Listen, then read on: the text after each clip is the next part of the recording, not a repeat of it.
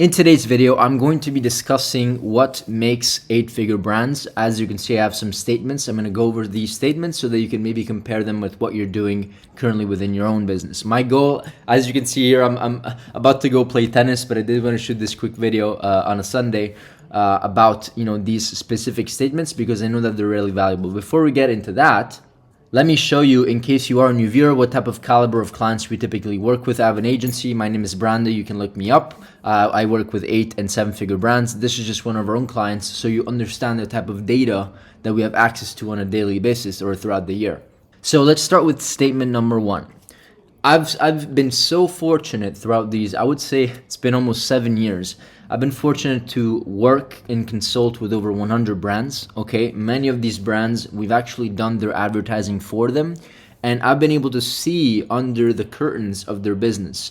And if there's one thing that really differentiates brands that do low 8 figures, low 7 figures, mid 7 figures, to the ones that do like 40, 50, 70, close to $100 million every single year, is the scientific ad creative testing.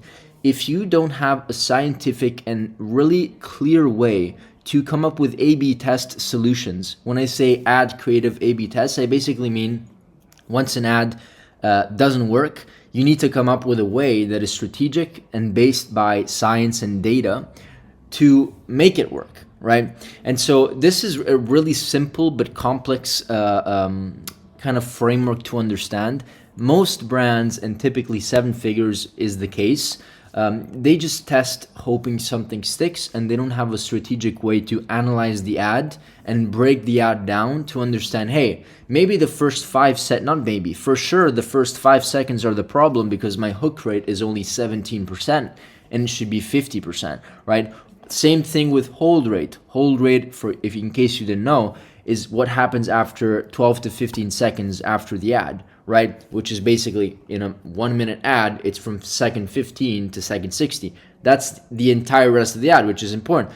If the hold rate is 20% and it should be 40 or 50%, it's an indication that that should be improved. And so these are just some examples of how to break down ads to understand where the bottleneck is and to come up with a very strategic way of doing the A/B test. So if you're just hoping that something works, right, it's not the right strategy. And maybe you might find, of course you will find winners, but it's not a repeatable system, right? And the major difference between brands that are scaling and the ones that are not is just systems and processes, okay? It's literally that.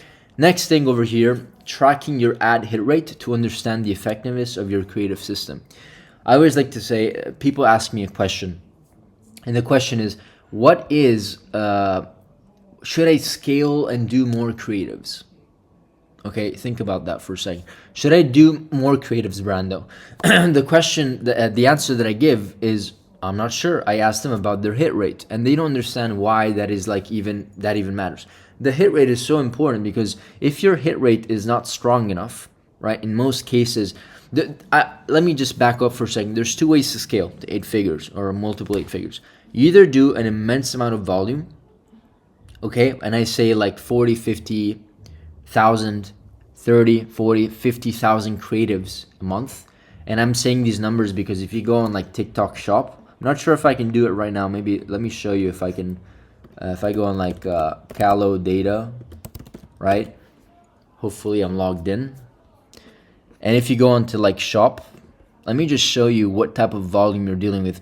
Long story short, there's 2 ways to scale, with volume and with intent, right? And so if you take a look at these brands like Goalie, right? This is a brand called Goalie. As you can see in the last 30 days, right, they did $5.37 million. They are a big brand. They're doing multiple 9 figures. But this brand is scaling with volume, right? Because they can afford it and because this is their strategy and their approach. They tested 73,000 videos, 2.44 thousand videos, 2.4K videos per day. Okay, let's see what this is, right? So you understand.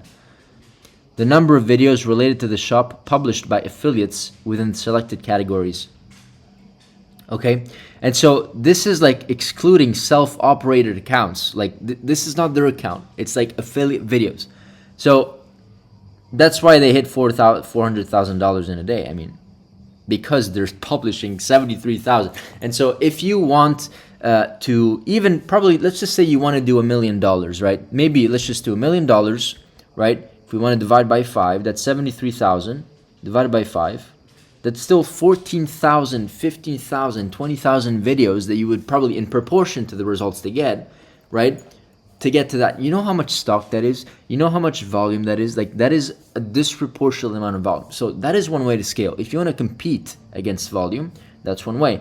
The reason why, going back to the topic over here, tracking your hit rate is important is because the other way to do it is to do it with intent, right? So instead of having 70,000 videos a month with like a 0.01% ad hit rate, meaning out of 70,000 videos, maybe let's just take an example, 70,000 divided by 0.0001, you basically have like 70 to like 100 winning videos, because that is probably the proportion. When you scale your volume, your quality just will decrease drastically. You have to understand that. So everybody says, hey, let me do volume. First of all, real volume is like, thousands of videos a month. And second of all, you're just gonna you have to do enough volume to justify your hit rate. This is like I always say, like, the volume and the hit rate is like the proportions on your Shopify dashboard with average order value and conversion rate, right? Your average order value could be like really, really high. In that case, right, that would be the volume. In that case, your conversion rate can also be low because it's justifying. It's like it's a good proportion. So you need to find a good mix. We like to do intent-based marketing on meta ads, for example. And so our hit rate is like 10%, 12%, 15%. It's really, really healthy. And so in order for us to find a winner, because we're putting so much time and effort into actually creating a video, and because we track hit rate, so we know that for a fact, this makes our marketing called intent-based marketing, because everything is based on research, a lot of research, doing very, very good scripts, right? And knowing and understanding the customer. It's not this approach. I'm not saying this doesn't work, right? You can still do this, but it's just a matter of understanding. And so tracking your hit rate, we actually track it all over here. We have a command center. You've probably seen a lot. If you're a viewer, no, but we track all of our tests over here. I'm going to talk about it later more in this video. And this is how we track win rate. This is actually for a real client, this dashboard. We got 12%, so 1 in like 7 ads, whatever that proportion is typically a medium to a large size winner, meaning that they can scale and spend and maintain ROAS. Going back to my dashboard over here. So tracking hit rate is important. If you don't track hit rate, you don't know the effectiveness of your creative system. Really important. Next thing, creative tracking to understand what is working and not working and why. So this goes back to what I was showing you over here.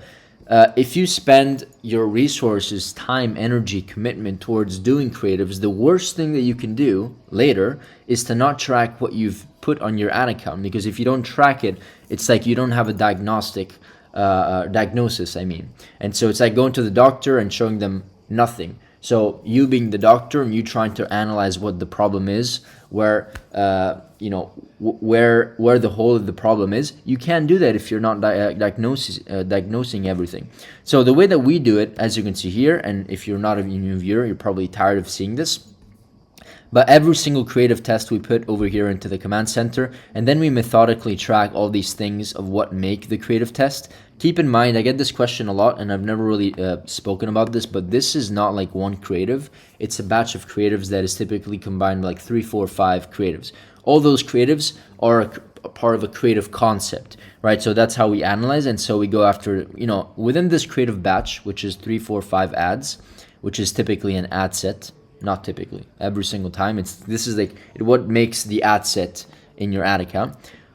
We go after what is the marketing angle that we use, the main emotion, the avatar, the hook, the messaging, what is the copy, the creatives that we used, right? And then we also analyze spend, ROAS, CTR, cost per click, conversion rate, AOV, CPM, hold rate, hook rate. And this is actually just a part. In many cases for our clients, we actually add more columns. This is just a command center demo, in fact, as you see, which you can get by clicking the link down below if you want this process. There's also so many other sheets over here that you can get, by the way. This is just a command center, as it says the name itself, a command center. We're tracking everything. And so then once you're tracking everything, then you can put learnings and notes and next steps, but with a scientific methodology to it. And one strategy that we use is that whenever we find winners, we put them into something called an ads breakdown. So if the podcast style ad is a winner, we break the winner down by buying triggers, ad frameworks, what happened on seconds, 0 to 1, 2 to 9, 10 to 15, 16 to 17. We basically break down the ad, the winner, and then we have a comparison of a winning framework, and we can compare our failed ads to it. For example, if we notice that the hook rate is 50% on one of our winning ads, and it's because it's done by a doctor, example, right? Or let's just say like a nurse, and she's talking about, it's like a very raw introduction to the video and the problem, and we also show like a before and after scene. We know for a fact that that 50% hook rate is because of that framework of how the hook was presented to the audience. And so the least thing that we can do is maybe understand that and try to implement that on maybe another video that failed, where the hook rate was like 12%, which sucks. You can't scale an ad if the hook is 12%. It's actually one of the most important metrics, and people don't understand. Like, if the hook sucks, 50% of people, 70% of people are not going to see not only your ad, but your entire sales process, because they're not going to click through, right? So understanding where the problem lies and dissecting it is really, really important. Which brings me back to what I was saying here, tracking the creatives and understanding why they work and why they don't. Okay, you understand why they work by doing ad breakdowns, and you understand why they don't work by doing also the ad breakdown, but understanding where the KPI is telling you where it's lacking. Hook rate, hold rate, engagement rate, you get the point. Low CTR, you have to analyze this entire process. If the hold rate sucks, it means that the problem is after the first 15 seconds, right? And so you try to come up with iterations and understand why that is the problem. So everything needs to be very, very precise. Okay, this is typically the major difference between 7-8 figures mostly. Next thing, strategic CRO. I'm almost done here. Strategic CRO test to incrementally increase AOV every month.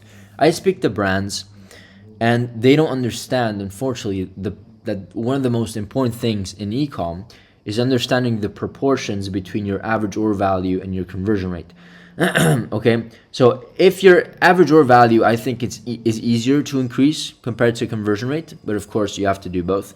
But as a basis, whenever I speak to 7-figure brands mostly, their AOV has not increased in the last 3, 6, 12 months. It's like the same. You have to understand that it's exactly as comparing a business portfolio, an investment portfolio.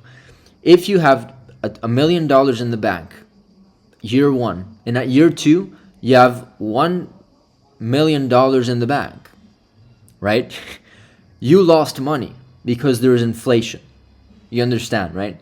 So if you have $100 AOV on day one and $100 at day 365 a year after, you're basically losing money, because there's one guaranteed thing over time, is that advertising costs are increasing, right? So you have to see this as an investment, a portfolio, right? You can't afford to have the same amount of money in the bank today compared to the future. There needs to be at least an increase to cover at least the inflation rate that is hauling over your business, right? And so you have to understand that this is one of the most profitable decisions that you can make, doing CRO specific to AOVs. And so ideally, when you have enough volume, right, you should start doing CRO tests and AOV optimizations. What can you do? You can test offers. You can test the ways that you're positioning your offer to the market. You can test a complete different product bundle, right? You have to start doing incrementally. It can also be part-time if maybe you can't, it's maybe a bit too soon for you. You have to find somebody, whether it's in-house or you hire an agency, whatever you want, to put time and energy into that. Because as you focus on this, I don't need to explain the benefits of the front end, right? You can scale more. Next, optimizing LTV. Everybody doesn't care about LTV apparently, right? Everybody cares about having a profitable customer on the front end, but the brands that win, the brands that scale, are the brands that are able to spend the most on the front end, way more, break even or lose money, and still they know that they're profitable because their LTV is so strong. An example is like supplement companies. Doesn't even have to be supplement companies. It can also be like companies that in the home decor niche, right? We worked with a client that was doing 8 figures, and so they were typically 8-figure companies that are not 8-figure companies, but home decor companies. They really prioritize profits on the front end because it's like furniture, you know. But because they have a good loyal customer base, right? They know that they have like 27 to 30% of their customers come back every month, which obviously increases. That's like their return customers, and so that increases their LTV quite drastically. And so instead of, you know, a $500 AOV on the front end and that's it, it's typically like $700 lifetime because they come back and they buy another couch, or they buy a lamp, or they buy something else. So that is also the case in products that are just not really consumables, because supplements, maybe it's easier to have a subscription, some sort of offer that is a subscription. But optimizing your LTV is important, because then it comes to the last thing is understanding LTV to CAC, right? Whenever we onboard with clients and they're at a good stage, important stage in the growth, we also always want to understand 60, 90, and 180 days in LTV to then take a decision on what cost per acquisition, CAC, right? Cost per acquisition we want to go after. Many cases, a lot of brands have healthy LTV, right? But they don't understand that they could be spending more because they have an insanely profitable business, because their LTV is just too high compared to how much they're spending. And so typically, if your CAC is really healthy, it means that you need to spend more. It's going to go a bit more up, but you can, you know, have a major impact in the market, grow your revenue, and still be profitable. In many cases, brands can't scale their because they can't afford to have a higher cost per acquisition, because their LTV is not, you know, long enough. You have to kind of see this as like a straight system, a straight line. If this is your LTV, right, line, let's just write it down over here. LTV, we put it over here. And if this on the other side is your cost per acquisition, CAC, whatever, it's like a proportion thing, kind of like what I was saying before. Typically what happens is that people just don't work on the LTV, and they try to scale and their CAC increases, and then they're left with like very little margin and they break even, also knowing that there's, you know, other things to take into consideration, like payroll and paying for agencies and paying for employees, etc., right? Fixed costs, warehouse costs, you get the point. And so if we really focus on getting this up, right, as you probably know, this is not like a, you know, a hard concept to understand, then you can, of course, try to spend more and still be profitable, you know, even if the cost per acquisition increases over time. And then, of course, with why do marketing companies exist also is to like make sure that the CAC is maintained while scaling. That probably means that you're doing very good marketing, right? But at the same time, we have to work on this LTV. For a criteria to work with our company, we actually want to make sure that the products are the founders, are product led in some way, because they focus on product, on improving it, on launching other concepts and other products, so that we increase LTV. Because we typically help with LTV with like email marketing, but we're not product sourcing companies, right? And so we want to work with somebody that understands this proportion. This is really important proportion. Not even to mention that if you focus on LTV, your marketing in the front end is just going to be easier, because you can afford to spend more, right? Remember this: if you spend $100 in cost per acquisition and your competitors can only afford to spend 70, you will win. You will guaranteed, unless you decide like not to scale. In that case, like you're the problem. But it's like you're putting yourself towards success. I hope this video was valuable. It was a very quick like Sunday video. Let me know if you enjoy these types of like more raw videos where I just talk a bit, talk about maybe like 4, 5, 6, 7 concepts or statements that I think are really important. It's more of like a simple Sunday type of vibe YouTube video. My other videos are typically a lot more analytical. I go through a lot more diagrams and stuff like that. But let me know if you enjoy this style. If you are a brand doing at least $100,000 a month and you want an audit, also knowing that we have experience working with 7 and multiple 8-figure brands, feel free to book in a call if you want. On the call, I'm just going to have a conversation with you. If it's not going to be me, it's going to be with one of my team members, and then we can explore the opportunity of doing business together, if it makes sense, of course, and if we have capacity. That's it. See you on the call, and definitely see you in the next video. Bye.